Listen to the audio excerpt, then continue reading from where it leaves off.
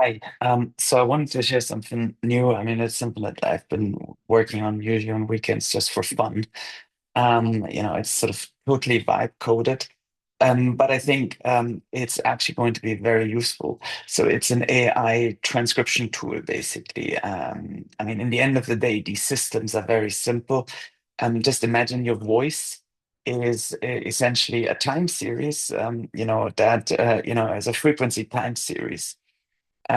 This is essentially the data that would be transformed into text. And of course, if you have a lot of training data could be, TV transcripts, so movies that have been transcribed by professional transcribers. You can very easily scale that. And that's essentially how a lot of the transcription services sort of are being built. Um, Again, the idea is a very simple process. Of course, there's technical nuances to it, to making sure it gets it gets the accuracies right. So if there's boundary detection, sentence boundary detection, and so on and so forth, in a continuous flow of conversation, there's speaker recognition, speaker diarization, and all of these topics also raise issues around data governance. Where it's obviously vital that you always ask for consent to make sure that you have consent in data being recorded if you use such a transcription tool. I use transcription tools very often, even in my teaching when I record my own lectures, because that helps me sort of, again, so build a knowledge base, because oftentimes during lectures I share quite a few interesting thoughts about sort of how you can sort of develop further sort of a chain of thought. And when I'm teaching applied AI for economics background students, but also interdisciplinary. Um, so let me just walk you through what this is. Um, I'll just show you like a brief demo. I mean, this is the app launch. It's locally deployed. So you can see that it's a local host. It's hosting that through a fast API locally. Um, and it works with Olama at the back end, serving a local large language model. Again, all of this you can sort of set in your settings. So there's an embedding step as well if you want to use this feature for document search. The document summary, there's a summarization feature as well.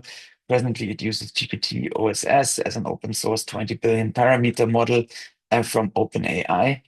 But let me just do a quick demo. Let's see whether this actually works. So we can do a news transcription. I can start the recording and allow while visiting the site. Now it would sort of start recording what I'm saying. And let's not make it too long. 10 seconds should be enough. So let's stop the recording. And now I can process this. So right now, this will be stored in the browser, this file.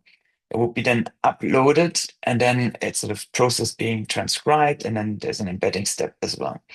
It's been successfully embedded, so I can open the transcript. Oops, there is a few bugs on the UI, but you can basically go now to sessions.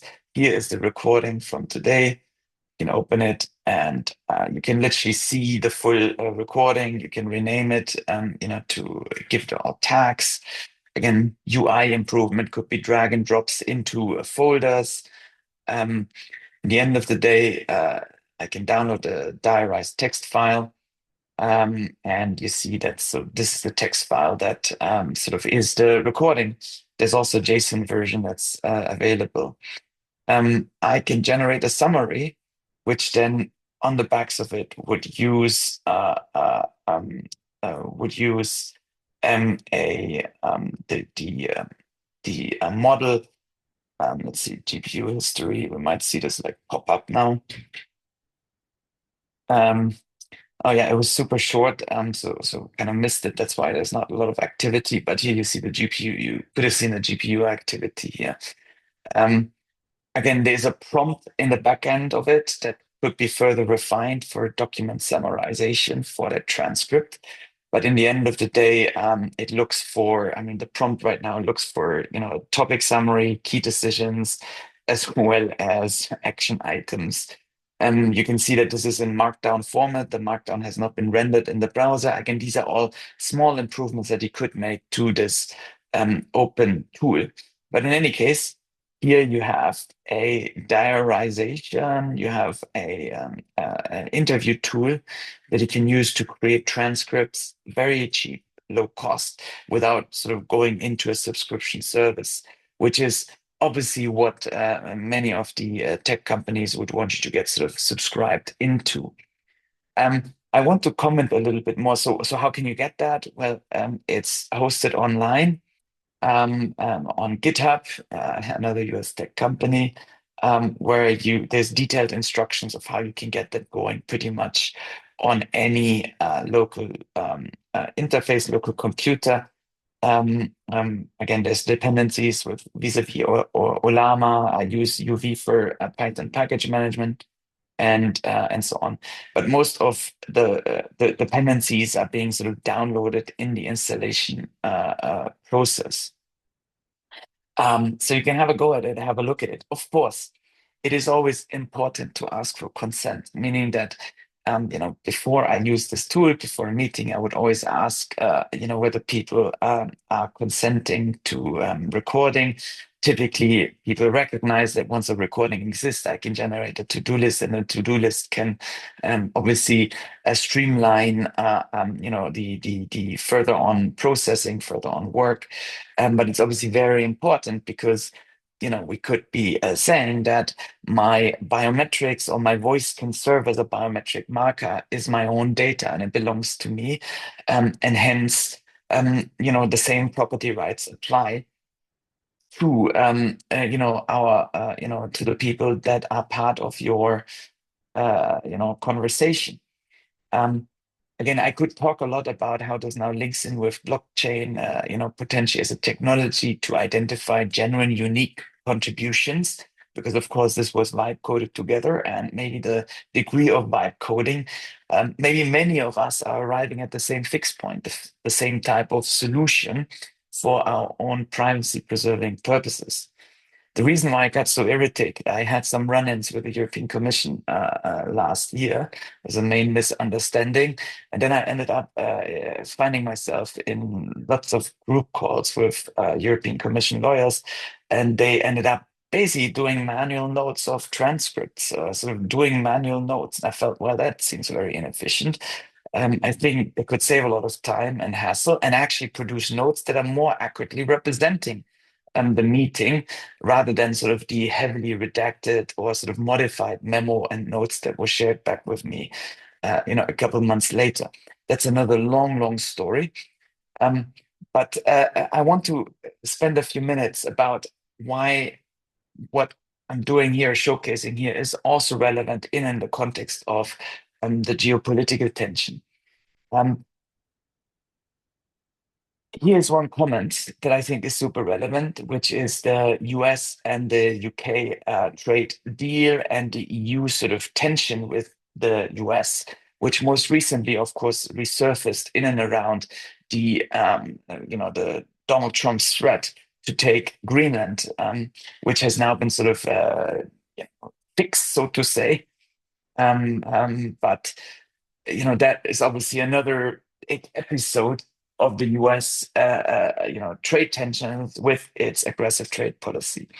The US structurally has specialized in services production, which means it has a service sector trade surplus, much of it with Europe. It, that's where, but the US has a trade deficit when it comes to physical goods vis-a-vis Europe. And trade in services, in particular digital services, involve intangible goods, which is intellectual property. There is no global settlement about how to deal intellectual property. And there's some countries who do not respect intellectual property contribution. And of course, in a period with accelerating knowledge production, as we experience it, there's a general question about whether our intellectual property rights protection regime is still fit for purpose. And all of these things obviously matter for the geopolitical stance that different countries play. But if you look at the context, the US has a surplus when it comes to its trade and services with Europe.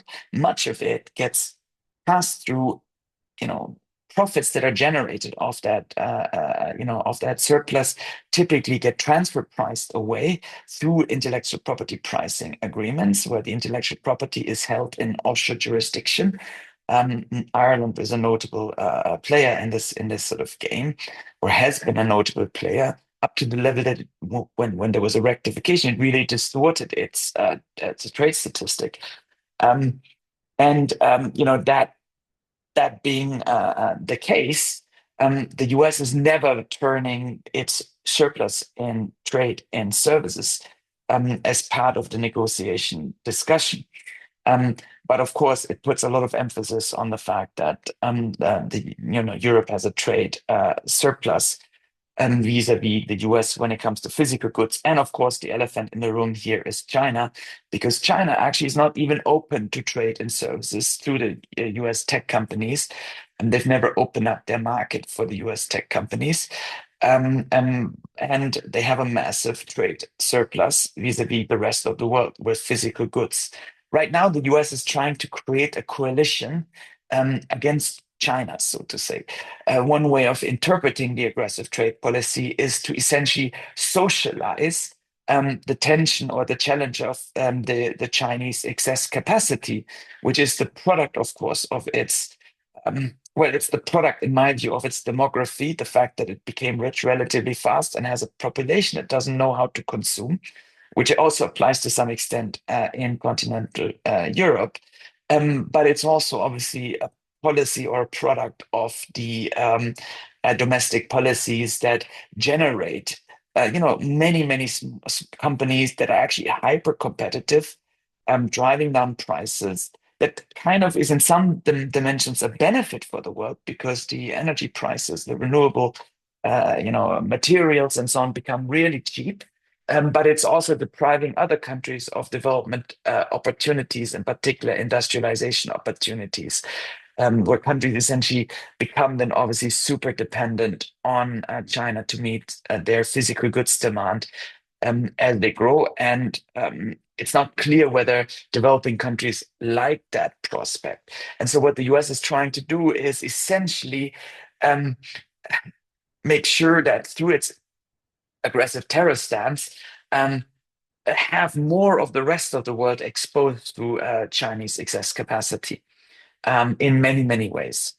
At least that's sort of one strategic way of interpreting that move. And in that, actually, the Trump administration is quite continuous to what also the Biden administration attempted, except that tackling the issue of the US as a services trade surplus has is not which one way of tackling this would be through the OECD Global Tax Accord.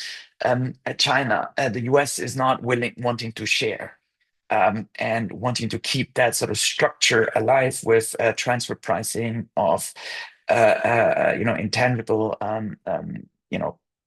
sort of rents that accrue to intangible capital, transfer pricing that away into offshore jurisdiction, which is very great for these offshore jurisdictions. But obviously, for many developing countries, it might actually deprive the public purse of tax revenues, which then might mean they are more reliant on China to build the physical infrastructure that they can domestically not build because they do not have the domestic capabilities or the fiscal capacity to do so, which creates sort of a debt dependency spiral of developing countries vis-a-vis China. So that's kind of the global situation.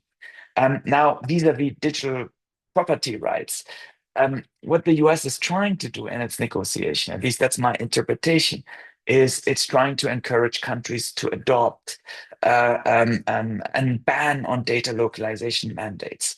Data localization mandates effectively imply that if you engage with, tech company products, that if you are a EU-based user, that data would be stored locally in the European Union, which means the legal system would have, an ability to have recourse.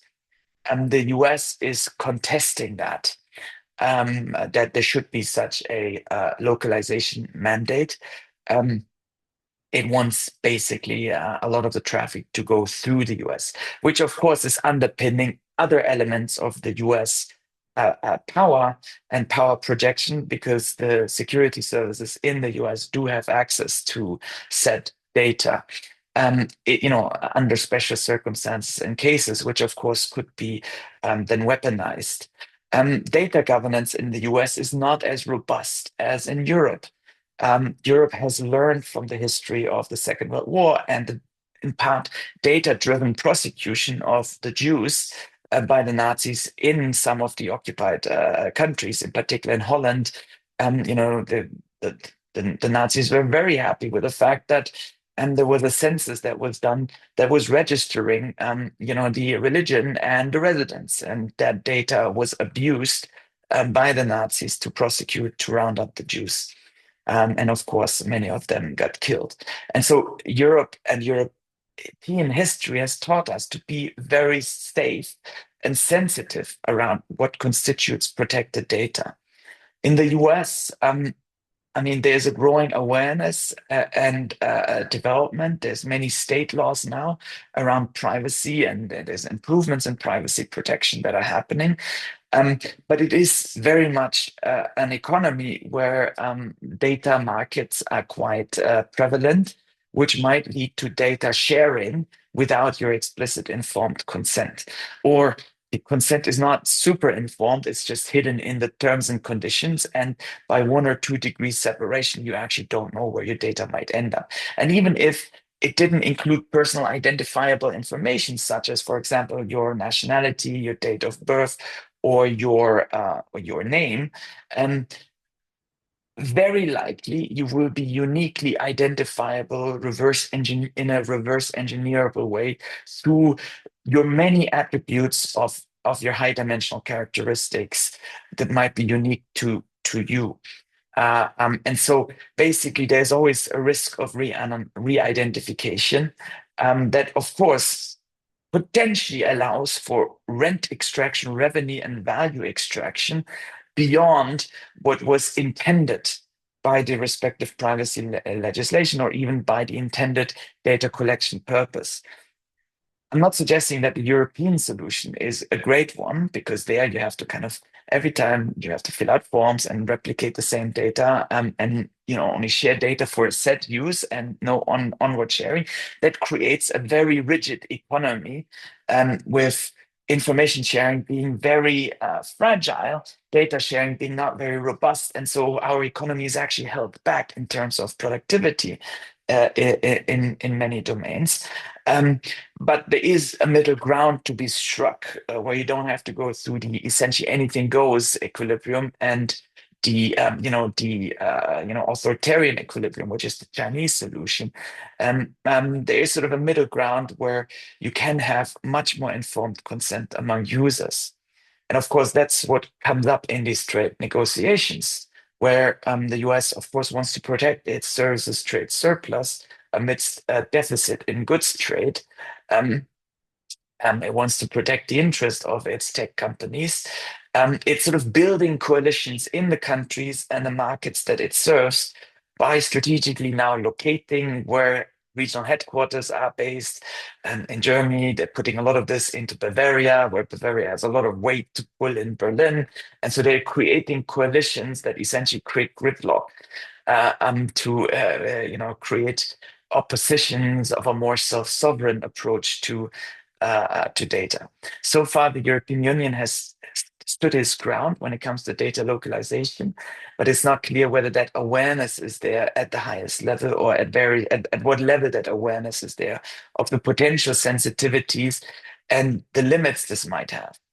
Part of the deal that the EU had with the UK, or many European member countries had with the US, was that basically, you get access to our data.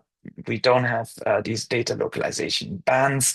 There's some privacy shield agreements, but they would be typically bilateral, because that's when the US can pull its weight in bilateral relations relative to relation with the European Union.